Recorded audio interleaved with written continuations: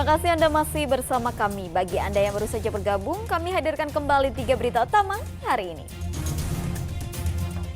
Ponsel seorang ibu dijamret saat merekam lomba lari di kota Cirebon.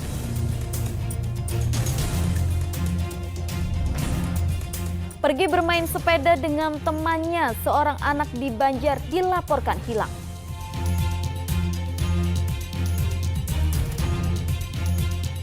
Meski telah ditetapkan sebagai tersangka korupsi dana COVID-19, 3 mantan pejabat daerah di Purwakarta belum ditahan alias bebas.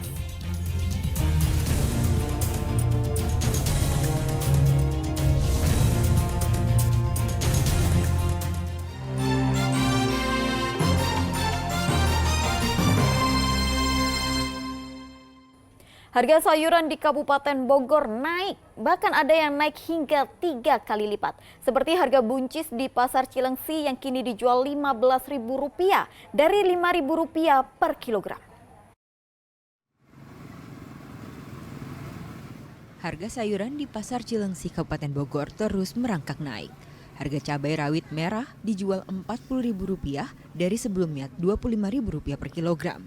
Lalu harga buncis dijual Rp15.000 dari Rp5.000 per kilogram. Begitupun harga lenca dijual Rp18.000 dari Rp10.000 per kilogram. Kenaikan harga sayur ini dikeluhkan pembeli. Semua pada naik. Ini untuk sayuran apa aja Bu yang naik Bu? Wortel, bawang. Ibu harapannya Bu sebagai warga Bu? Harapannya turun. Semoga cepat turun aja harga sembako, harga sayuran nih. Kenaikan harga sayur karena faktor cuaca yang membuat petani gagal panen. Selain itu berdampak juga pada turunnya omset pedagang. Meski naik, ada beberapa sayuran yang turun harga, seperti bawang merah dijual Rp25.000 dari sebelumnya Rp40.000 per kilogram, dan timun dijual Rp10.000 dari sebelumnya Rp12.000 per kilogram. Asep Solin melaporkan dari Kabupaten Bogor. Hingga kini polisi belum menetapkan tersangka kasus pinjaman fiktif yang mencatut ratusan warga di Garut. Polisi masih mengawal pembersihan nama korban dan menunggu investigasi internal pihak penyedia jasa pinjaman. Kasus pinjaman fiktif yang menyasar warga desa Sukabakti, Kecamatan Tarogong Kidul, Garut masih terus diproses. Dari 407 orang yang melapor, baru 358 orang yang diklarifikasi dan dihapus datanya dari daftar pinjaman dan BI checking. Sementara data 49 orang lainnya masih diproses. Sampai saat ini polisi masih membuka posko pengaduan bagi warga yang jadi korban pinjaman fiktif. Polisi juga belum menetapkan tersangka karena seluruh data masih diolah dan belum ada laporan yang masuk ke pihaknya.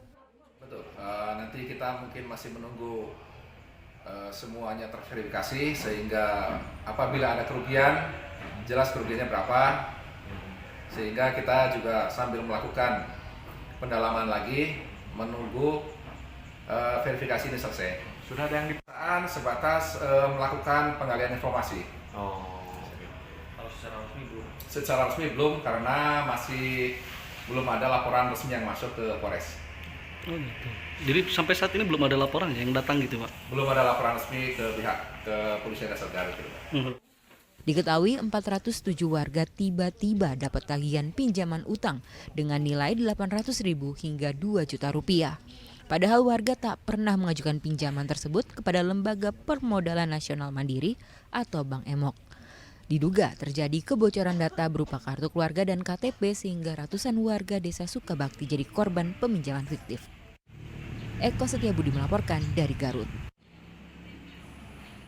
Seorang anak hilang saat bermain sepeda dengan temannya di Balokang, Banjar. Meski sudah dicari selama 3 hari, usaha itu belum membuahkan hasil. Keluarga berharap polisi segera menemukan Deno Muhammad Ilyas. Insya Allah, ayah selamat, insya Allah. Titi tak bisa menahan tangis saat tetangga datang untuk melihat kondisinya. Warga Balokang Banjar ini kehilangan anaknya yang masih berusia 13 tahun. Deno Muhammad Ilyas tak pulang ke rumah sejak Sabtu sore. Saat itu anak yang baru duduk di bangku kelas 7 pergi bermain sepeda bersama temannya. Orang tua sudah berusaha mencari Deno hingga Sabtu malam tetapi tak ditemukan. Yang Titi ingat hanyalah anaknya baru pulang sekolah lalu pergi bermain dengan sepupunya dan masih mengenakan celana seragam pramuka. Anak itu 3 kan ya, kakak beradik itu mau ngaji itu setiap maghrib itu jamaah di masjid itu di pesantren. Oh, biasanya jamaah di pesantren. Iya, tiap maghrib itu kan mau ngaji habis maghrib. Udah biasa, nah kemarin nggak ada. Selain bercelana pramuka, Deno juga masih menggunakan kaos olahraga sekolahnya MTS Cibenter dengan topi bertuliskan KTNA Desa Balongka. Hilangnya Deno juga telah dilaporkan ke Polsek Banjar. Mereka berharap anaknya segera ditemukan. Eko Setiabudi melaporkan dari Banjar. Informasi lainnya, 3 mantan pejabat daerah ditetapkan sebagai tersangka dugaan tindak pidana korupsi dana bantuan COVID-19 di Dinas Sosial Pemberdayaan Perempuan dan Perlindungan Anak Purwakarta. Meski telah jadi tersangka, ketiganya belum ditahan alias masih bebas. Ketiga tersangka adalah mantan Kepala Dinas Tenaga Kerja dan Transmigrasi Tito Firman Hidayat, mantan Kepala Dinas Sosial Asep Surya Komara, serta mantan anggota DPRD Kabupaten Purwakarta Agus Gunawan.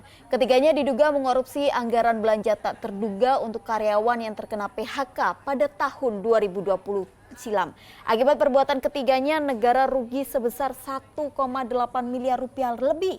Meski telah ditetapkan sebagai tersangka sejak 18 Juli, ketiganya masih bebas atau belum ditahan.